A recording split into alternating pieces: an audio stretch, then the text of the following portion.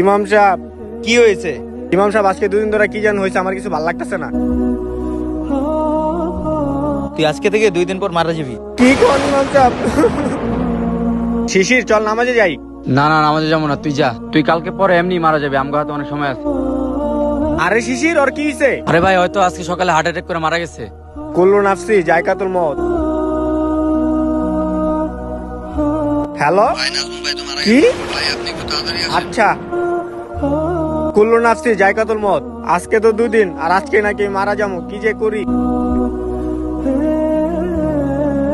আরে রবিন ভাই, রবিন ভাই, আমি নাকি আজকে মারা যাবো। ভাই ওই দিন দেখলাম আপনি ইমাম সাহেবের কথা শুনে 2 দিন যাবত নামাজি হয়ে গেছেন। ভাই কোরআন স্পষ্ট লেখা আছে, কুল্লু নাফসি যায়কাতুল মাউত, মৃত্যু স্বাদ সবারই একদিন গ্রহণ করতে হবে। আর ভাই আপনি আল্লাহকে বিশ্বাস করেন।